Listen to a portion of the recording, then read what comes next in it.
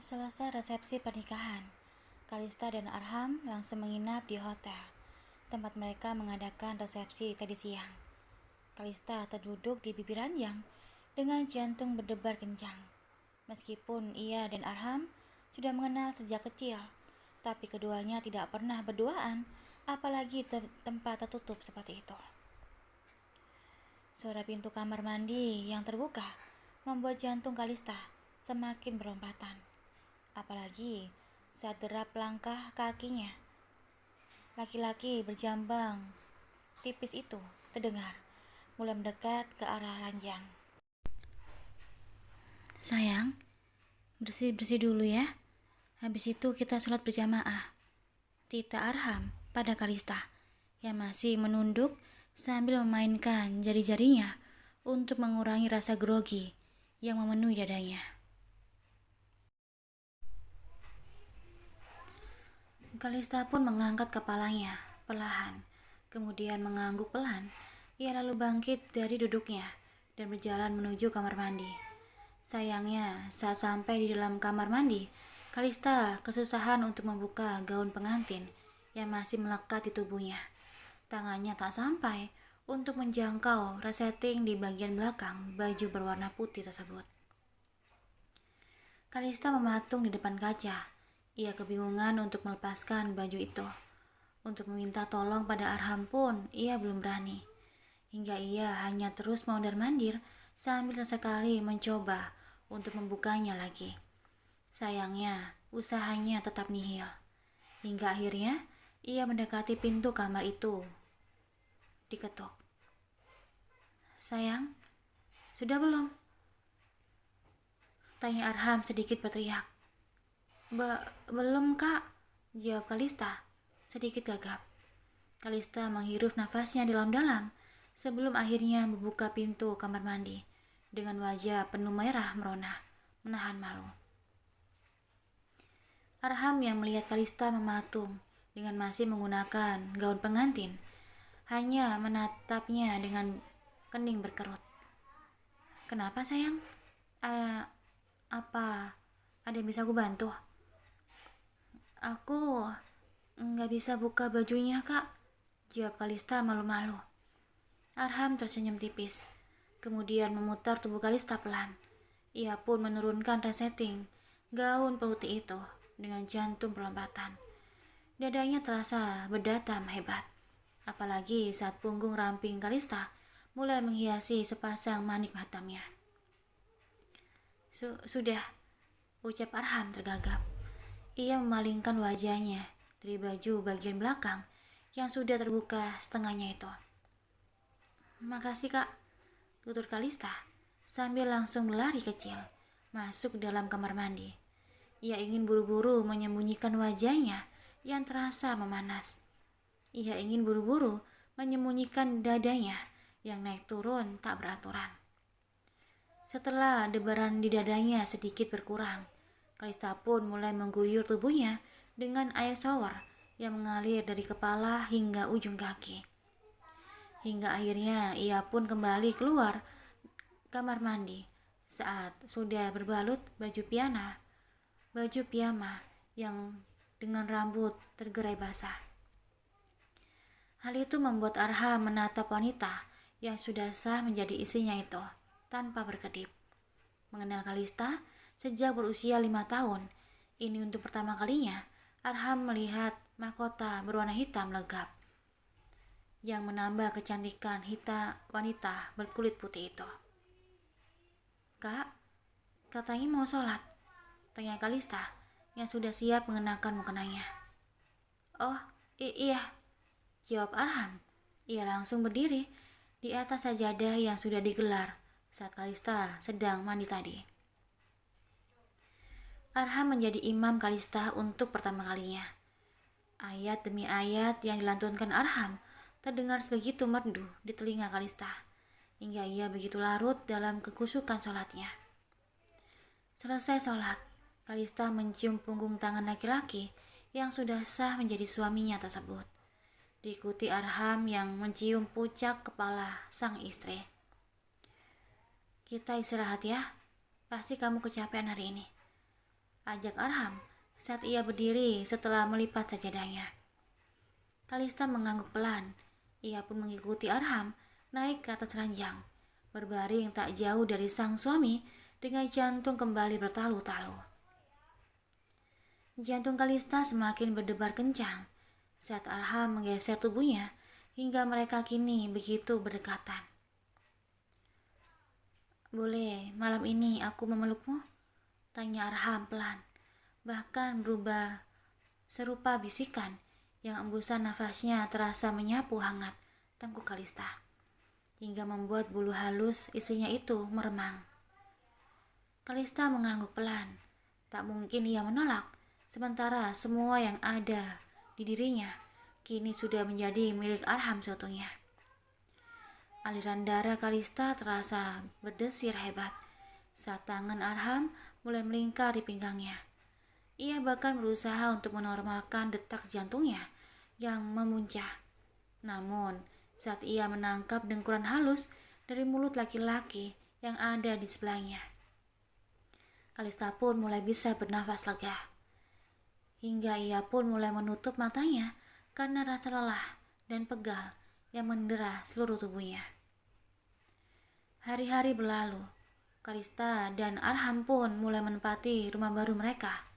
Rumah yang minimalis namun cantik, hadiah pernikahan dari Bian untuk putrinya itu. Rumah itu masih ada di sekitar komplek Jarana tinggal. Karena permintaan Kalista yang tetap tidak ingin berjauhan dengan keluarganya meskipun sudah menikah. Hari-hari Kalista kini disibukkan menjadi seorang istri, sekaligus membantu Arham mengajar di yayasan milik keluarganya. Yayasan yang sengaja dibangun untuk anak-anak yang kurang mampu. Sementara Zara baru saja menyelesaikan kuliah S2-nya di universitas ternama di Jakarta.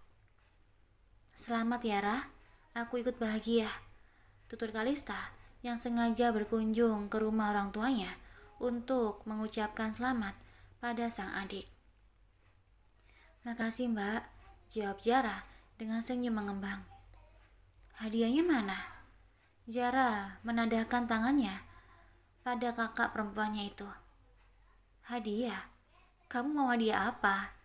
Nanti aku belikan, tanya Kalista antusias. Aku mau keponakan yang lucu-lucu, bisik Zara diiringi tawarnya. Is, dasar kamu ini. Sabar dong, masih dalam proses.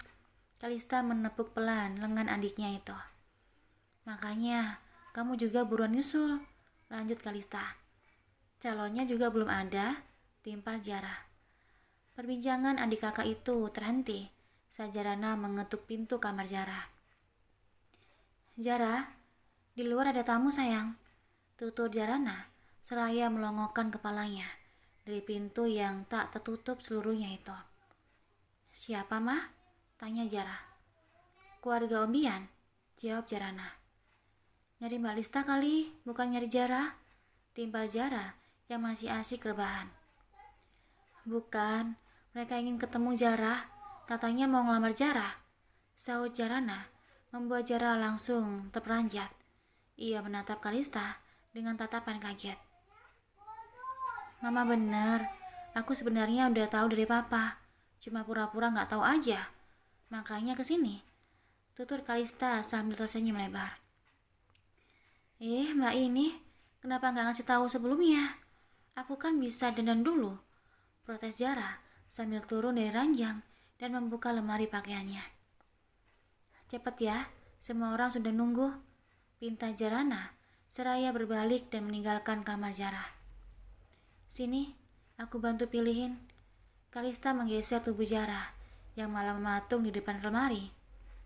Pakai yang ini aja, lanjut Kalista seraya melepaskan baju berwarna salam dari gantungannya. Ia kemudian membantu Zara berdandan sederhana. "Mbak, aku deg-degan," ujar Zara saat Kalista mengajaknya keluar kamar. "Gak apa-apa, kan ada aku. Tenang, rileks. Tarik nafas dalam-dalam, lalu keluarkan." Kalista mencoba menenangkan adiknya itu. Zara pun menuruti saran kakaknya itu. Kemudian berjalan perlahan menuju depan dengan wajah yang tertunduk. Saat sampai ruang depan, Zara semakin grogi saat melihat Bian, Nindya, dan Rian yang sudah duduk berjajar di sofa. "Duduk sini sayang." Jarana memapa Zara untuk duduk di sampingnya, di tengah-tengah antara Jarana dan Daren. Bian pun langsung mengutarakan maksud kedatangannya untuk melamar Zara kepada Jarana dan Daren. "Kalau kami sebagai orang tua menyerahkan semuanya pada putri kami, Zara," jawab Daren seraya menatap Bian. "Gimana nak, kamu menerima lamaran ini?" Daren pun beralih menatap Zara. Zara terus menunduk tanpa berani mengangkat wajahnya. Ia terlalu grogi hingga hanya sebuah anggukan kecil sebagai jawaban. "Apa itu artinya iya?" tanya Rian antusias untuk meyakinkan. Zara kembali mengangguk pelan. "Iya, aku bersedia," jawabnya. Ucapan syukur pun menggema di seluruh ruangan. Wajah semuanya tampak sumringah dan bahagia.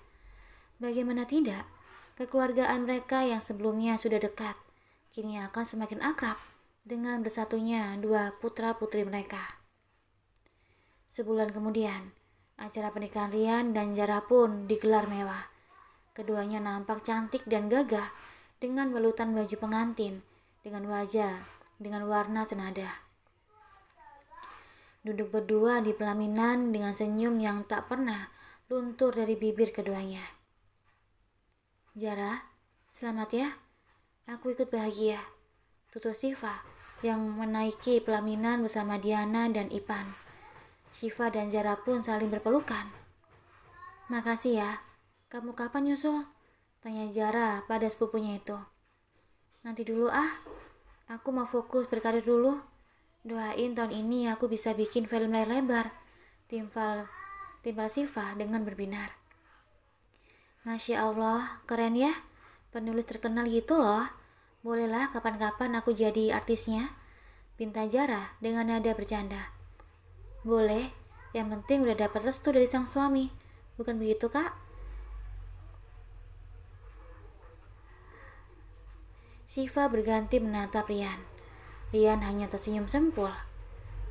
Sudah, ngobrolnya nanti lagi. Sekarang banyak tamu tuh," Diana mengingatkan. Mereka pun akhirnya turun dari pelaminan setelah bersalaman dengan pengantin.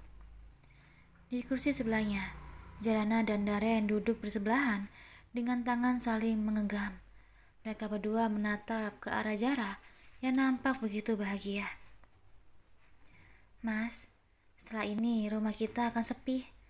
Kedua putri kita sudah menikah dan tinggal bersama suaminya. Jidan juga masih kuliah di luar negeri. Berarti kita hanya berdua saja," tutur Jarana sendu. "Gak apa-apa sayang.